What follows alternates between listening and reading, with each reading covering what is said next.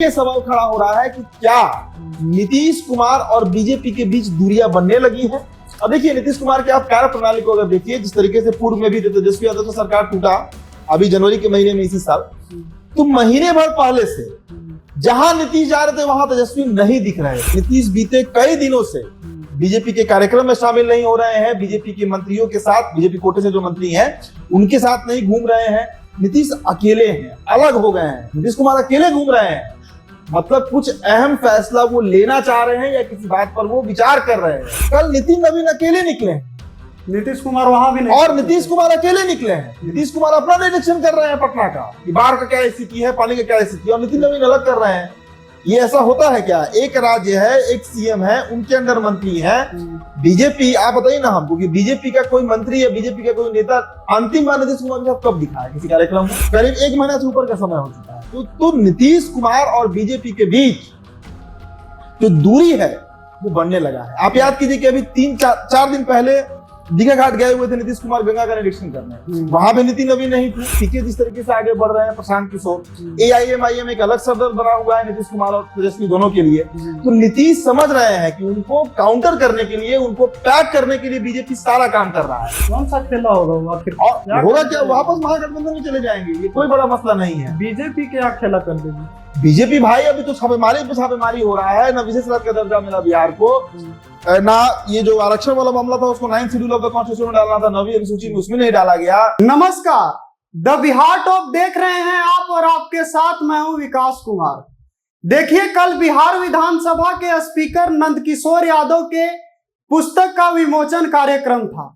इसमें कई बड़े चेहरे शामिल होते हैं, जैसे बिहार के डिप्टी सीएम सम्राट चौधरी, मंत्री विजय चौधरी, और इन लोगों के समेत कई बड़े नेता शामिल होते हैं। लेकिन बिहार के मुख्यमंत्री नीतीश कुमार का नहीं शामिल होना और उनके नहीं शामिल होने से राजनीतिक कयासबाजियों का बाजार अब गर्म हो चुका है। इसी मसले पर हम बातचीत करेंगे कि आखिर नीतीश कुमार का इस कार्यक्रम में न शामिल होना किस ओर इशारा करता है। बातचीत के लिए हमारे साथ मौजूद हैं हमारे सहयोगी उदीप्त आर्यन।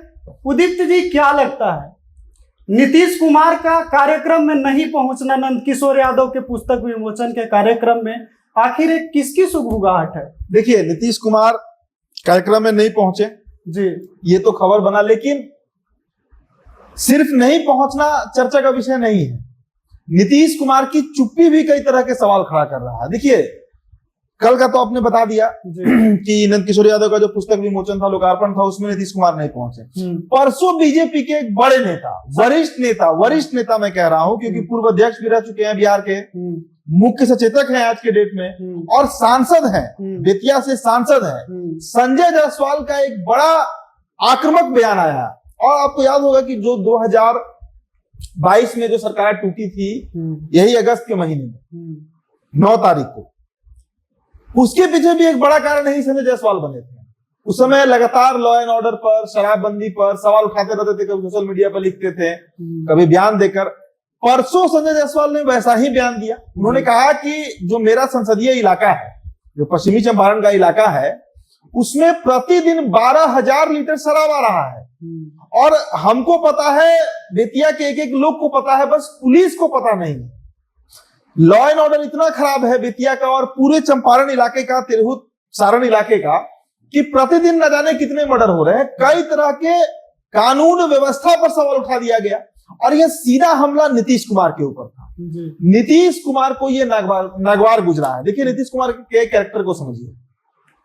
नीतीश कुमार जो नेता है, दोस्ती और दुश्मनी दोनों याद रखते हैं, और दुश्मनों को किस तरीके से, बिहार में कई उदाहरण है, बहुत लंबा फेहरिस्त है। सबसे आप RCP सिंह को पकड़ लीजिए, अभी देखिए ना, सम्राट चौधरी पूरा दुश्मनी साधे हुए थे नीतीश कुमार से, पगड़ी भी खोलवाए, बाल भी मुड़वा दिए। तो वैसे नेता, ललन सिंह अपवाद है, ललन सिंह को छोड़ दीजिए, अगर उनकी चर्चा करेंगे तो बहुत समय निकल जाएगा। मतलब उदाहरण के तौर पे हम बता रहे हैं कि नीतीश कुमार अपने दुश्मनों का क्या हासिल करते हैं, ये पूरा बिहार जानता है। अब समझिए कि नीतीश कुमार उस कैरेक्टर के नेता नहीं है जो इतना बात सहेंगे। और जिस तरीके से कार्रवाई हो रही, अब कल का इंसिडेंट आप पकड़िए, नितिन नवीन जो है, नगर विकास मंत्री जो है, वो चूंकि अभी बाढ़ का माहौल बना हुआ है, पटना में जितनी नदियां बह रही हैं पटना के अगल बगल से, चाहे गंडक हो गंगा हो, सब खतरे की रेखा से ऊपर हो गया, बह रही हैं वो नदियां। तो इसका निरीक्षण करने नीतीश कुमार घूम रहे हैं। कल नितिन नवीन अकेले निकले हैं, नीतीश कुमार वहां भी नहीं, और नीतीश कुमार अकेले निकले हैं। नीतीश कुमार अपना निरीक्षण कर रहे हैं पटना का, कि बाढ़ का क्या स्थिति है, पानी का क्या स्थिति है, और नितिन नवीन अलग कर रहे हैं। ये ऐसा होता है क्या? एक राज्य है, एक सीएम है, उनके अंडर मंत्री है बीजेपी। आप बताइए ना हमको कि बीजेपी का कोई मंत्री या बीजेपी का कोई नेता अंतिम बार नीतीश कुमार के साथ कब दिखा है किसी कार्यक्रम में?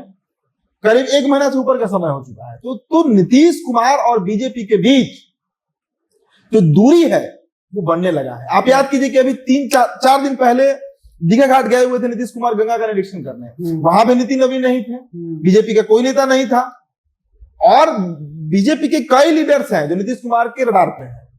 आप संजय जायसवाल का इस तरह का बयान देना, और देखिए संजय जायसवाल को मैं बड़ा नेता इसलिए बोल रहा हूं क्योंकि केंद्र में उनका एक बड़ा मजबूत पोजीशन है, कई कमिटीज के मेंबर हैं, वो बिहार के पूर्व प्रदेश अध्यक्ष रह चुके हैं, इसके अलावा मौजूदा सांसद हैं, मुख्य सचेतक हैं। और संजय जायसवाल अगर इस तरह का बात कर रहे हैं तो ये मत कहिए कि ये उनका निजी बयान होगा। निजी बयान होता अगर कोई हरिभूषण ठाकुर बचौल की तरह कोई विधायक अगर कोई बोल देता तो हम मानते कि वो निजी बयान है। संजय जायसवाल का बयान कोई निजी बयान नहीं है। इसलिए यह सवाल खड़ा हो रहा है कि क्या नीतीश कुमार और बीजेपी के बीच दूरियां बनने लगी हैं। अब देखिए नीतीश कुमार के आप कार्य प्रणाली को अगर देखिए, जिस तरीके से पूर्व में भी तेजस्वी यादव से सरकार टूटा अभी जनवरी के महीने में इसी साल, तो महीने भर पहले से जहां नीतीश जा रहे थे वहां तेजस्वी नहीं दिख रहे थे। इस बात को गौर करिएगा। नीतीश कुमार दूरी बनाने लगते हैं, पहले से ही बनाने लगते हैं। सारा पहले वो स्क्रिप्ट लिखा जा चुका है, लिखा मतलब नीतीश कुमार लिख देते हैं कि अब कांटेक्ट नहीं रखना है। तो इसलिए ये चर्चा का विषय बन गया कि कल जो पुस्तक विमोचन हुआ, पता नहीं उसमें न्योता गया, ये तो नहीं होगा कि नीतीश कुमार को इन्विटेशन नहीं गया होगा, तो ये तो संभव ही नहीं है कि नीतीश कुमार को न्योता नहीं गया होगा। भाई बिहार के मुख्यमंत्री हैं और बिहार के विधानसभा के स्पीकर का पुस्तक विमोचन है, न्योता तो जरूर गया होगा, लेकिन नीतीश नहीं पहुंचे हैं। और नीतीश बीते कई दिनों से बीजेपी के कार्यक्रम में शामिल नहीं हो रहे हैं, बीजेपी के मंत्रियों के साथ, बीजेपी कोटे से जो मंत्री हैं उनके साथ नहीं घूम रहे हैं। नीतीश अकेले हैं, अलग हो गए हैं। और नीतीश की जो कोर कमेटी है, जो उनके नजदीकी लोग, तब देखिए ना परसों अशोक चौधरी जाकर अमित शाह से 1 घंटा मुलाकात किए हैं। परसों अशोक चौधरी पूरा परिवार, सैन कुणाल जो उनके सन इन लॉ है, उनकी बेटी जो है सांभवी, ये तमाम लोग जाकर पीएम से मिले हैं, मोदी से, अमित शाह से घंटों इनकी मुलाकात हुई है। विजय चौधरी को भी आप कब देखे हैं पिछले बार नीतीश कुमार के साथ? नीतीश कुमार अकेले घूम रहे हैं। मतलब कुछ अहम फैसला वो लेना चाह रहे हैं या किसी बात पर वो विचार कर रहे हैं, क्योंकि जिस तरीके से गतिविधियां दिख रही हैं बिहार में, आप बताइए ना, ईडी का छापेमारी हुआ बिहार में, संजीव हंस लपेटे में आ गए, कई अधिकारी अभी रडार पर है। एसपी सिंगला कंस्ट्रक्शन कंपनी के ऊपर छापेमारी हो गया, उस पर भी कार्रवाई अभी चल रहा है, कई गिरफ्तारियां हो सकती हैं इस मामले में। इसके अलावा बिहार को स्पेशल स्टेटस नहीं देना, नीतीश कुमार के मन मुताबिक केंद्र में मंत्री नहीं बनाना, तो नीतीश की कौन सी मांग बीजेपी सुन रही है? इसके अलावा बिहार में पीके जिस तरीके से आगे बढ़ रहे हैं, प्रशांत किशोर, एआईएमआईएम एक अलग सरदर्द बना हुआ है नीतीश कुमार और तेजस्वी दोनों के लिए। तो नीतीश समझ रहे हैं कि उनको काउंटर करने के लिए, उनको पैक करने के लिए बीजेपी सारा काम कर रहा है। और उसके ऊपर कहते हैं ना कि घाव पर नमक डालना, घाव तो बीजेपी दे ही रही है, उस पर नमक डालने का काम किया संजय जायसवाल। तो परसों उन्होंने बयान दे दिया कि पूरा लॉ एंड ऑर्डर चरमरा गया है, शराबबंदी फेल है, कानून व्यवस्था फेल है, अपराध चरम पर है, भूमाफिया, बहुत बात बोले हैं संजय जायसवाल। उनके बयान को अगर आप सुनिए, ठीक वैसा ही बयान जैसा पिछली बार सरकार गिरने से पहले आया था। उसके पहले तो लगातार वो लिख रहे थे, बोल रहे थे। तो आज जो परिस्थिति है बिहार में, और हमने कल भी इस पर स्टोरी किया था, परसों भी इस पर स्टोरी किया था कि अगर नीतीश और तेजस्वी नहीं मिल रहे हैं, नहीं मिलते हैं एक साथ, अगर महागठबंधन में नीतीश की वापसी नहीं होती है, तो आप ये मानकर चलिए कि 2025 में बीजेपी एक बहुत बड़ा खेल बिहार में कर सकती है। और इसका पूर्वानुमान जो है, इसका आभास नीतीश कुमार सरीखे जो सीनियर लीडर है बिहार में, मेरे नजर में सबसे बड़े नेता नीतीश कुमार है। बिना बहुमत की सत्ता में इतने सालों बना रहना, मास लीडर लाले तो हो सकते हैं, लेकिन जमीन पर अगर देखिए लीडरशिप किसको कहते हैं, सत्ता को बरकरार रखना, कुर्सी, वो नीतीश कुमार, सत्ता में बने रहना। तो नीतीश कुमार ये बात अच्छे से जान रहे हैं, ही नोज वेरी वेल कि बीजेपी क्या कर रही है उनके साथ, कौन सा खेला होगा वो आखिर, और होगा क्या, वापस महागठबंधन में चले जाएंगे, ये कोई बड़ा मसला नहीं है। बीजेपी क्या खेला कर देगी बीजेपी? भाई अभी तो छापेमारी पे छापेमारी हो रहा है, ना विशेष राज्य का दर्जा मिला बिहार को, ना ये जो आरक्षण वाला मामला था उसको 9th schedule of the constitution में डालना था, 9वीं अनुसूची में उसमें नहीं डाला गया। तो हर अभी देखिए वक्फ बोर्ड वाला मामला है। वक्फ बोर्ड के मामले में क्या हुआ है, जदयू के जो तमाम मुस्लिम विधायक है, कल ही हमने गुलाम गौस का किया था इंटरव्यू, खुला विरोध हो रहा है। तो नीतीश फजीहत से आ रहे हैं, बिहार के मुसलमान भी समझ रहे हैं कि नीतीश कुमार का शरीर ही नहीं, उनका आत्मा भी आज बीजेपी के साथ जा चुका है, और ये बड़ा नुकसान। देखिए शंकर सिंह का जीतना रुपौली में एक बहुत बड़ा मैसेज था नीतीश कुमार के लिए कि उनके प्रत्याशी को छोड़कर बीजेपी के जो वोटर है वो वोट दे रहे हैं निर्दलीय को।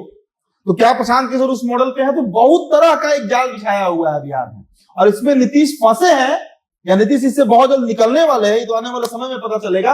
लेकिन स्थितियां अनुकूल नहीं है। अगर किसी को लग रहा है कि बहुत शांति से बिहार का राजनीति चल रहा है, बिहार का पॉलिटिक्स चल रहा है, नीतीश कुमार अपने काम में व्यस्त है, तो ये गलत फहमी है लोगों को।